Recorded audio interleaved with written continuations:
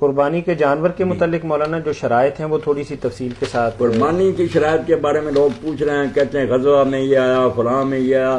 سن لیں، جو لوگ یہ خیال رکھنے کہ ہمیں اللہ کے رسول کی سنت پر چلنا چاہیے، ان کو کیا ضرورت ہے کہ وہ ضعیف روایتیں درج کرتے پھریں، غزوہ میں، الدعوہ میں، دوسرے.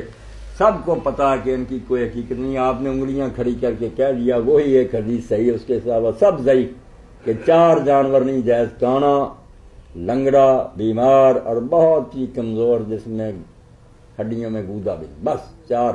اور ساتھ ہی صحابہ رسول سے لوگوں نے کہا ایسے جانور ہوتے ہیں ان کا سینگ نہیں ٹھیک ہوتا، کان نہیں ہوتے. انہوں نے کہا جو نہیں پسند نہ کرو، مگر لوگوں کے لیے حرام نہ کرو، مسئلے نہ بناؤ. جی. قربانی کے صحیح دن کتنے؟